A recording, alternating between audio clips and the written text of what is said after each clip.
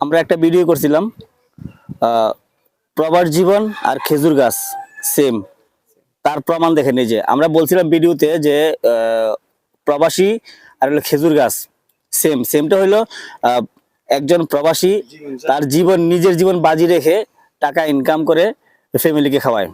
আর খেজুর গাছ ছোট থেকে বড় পর্যন্ত কাইটা কাইটা রস বাইর করে খেজুর খায়, তারপর ডালপালা দিয়া লার্কি বানায়।